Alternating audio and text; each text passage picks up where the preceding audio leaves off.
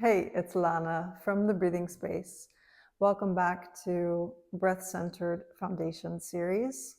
In this episode, I'd like to look at a beautiful foundational posture called Trikonasana, or Utthita Trikonasana in English. The posture is called the triangle or extended triangle posture.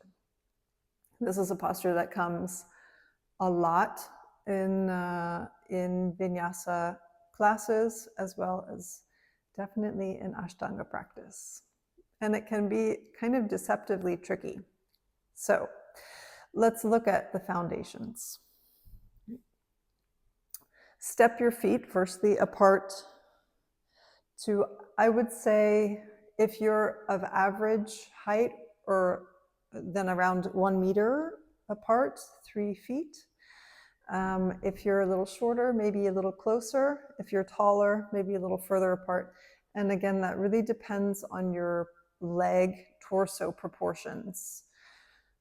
But generally, give yourself some space. So you don't want to be too cramped, and you also don't want to be unstable. So just a good, let's say, 1 meter apart. Okay. Now I'm going to have my back foot, in this case, my left foot, is going to be relatively parallel to the back line of my mat. And it actually can turn in a little bit between, let's say, 0 and 20 degrees. So that can also help the alignment of your back leg, depending on how flexible your hip is on the outside. Okay. I'm going to take the right side. So now my right leg needs to completely externally rotate. That means this thigh rolls open and my toes point to the back. So my leg is parallel with the long line of my mat. There are different schools of thought about the alignment of this posture. So I'm going to turn to the side. I can imagine that my heels are on one line, or I could cross even a little bit so that my heel and my instep of my back foot are on the same line. These are all perfectly fine. However, you might be a little bit stiffer in your hips, and you might be less stable just because you're working on balance and not quite used to making these shapes. So then a really helpful tip for you could actually be to take your feet out of alignment in this direction. Yeah? So my heels are out of alignment, and if I drew a line through my front leg and I followed that line back, this foot would not land on that line. It would land in front of it. What you want to make sure you're not doing is crossing this way. It will make it even harder. Yeah. So you can take a wider stance that way. Okay, so I'll face back to the side. So I turn my right leg out.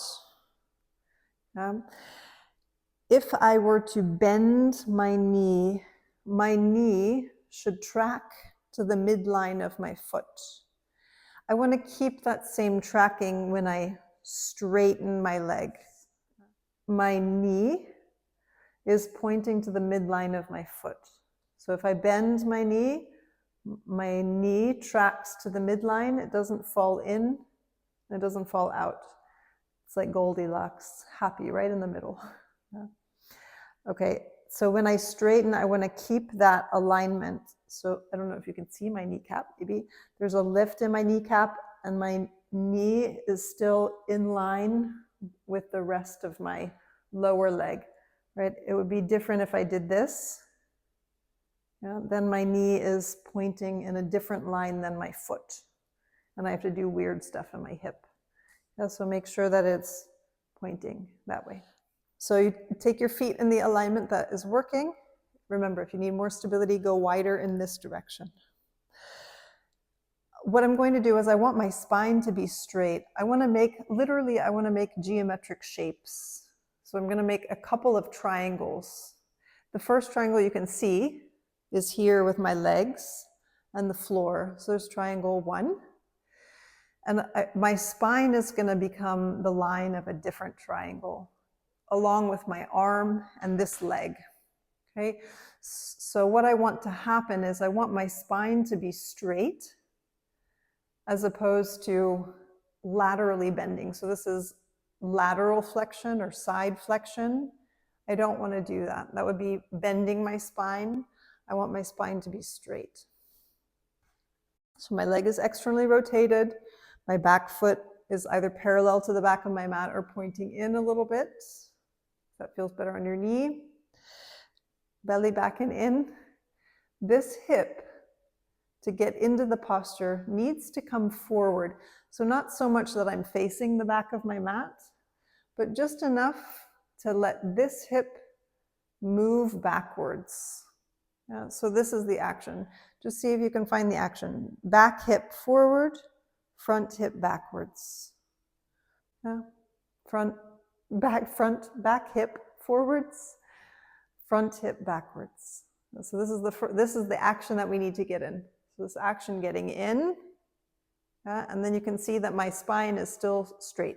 Straight line through my head and through my tail, as opposed to bending this way. Okay, so if my spine is straight, then I'm making another triangle, right? This would be a side of the triangle, this is a side of the triangle, and this is a side of the triangle. So I'm just making a bunch of triangles. Your top arm then reaches up. Go as far as you can to maintain this line integrity, right? So everybody is different in their flexibility. So maybe you end here, maybe you end here, maybe you end here. Yeah.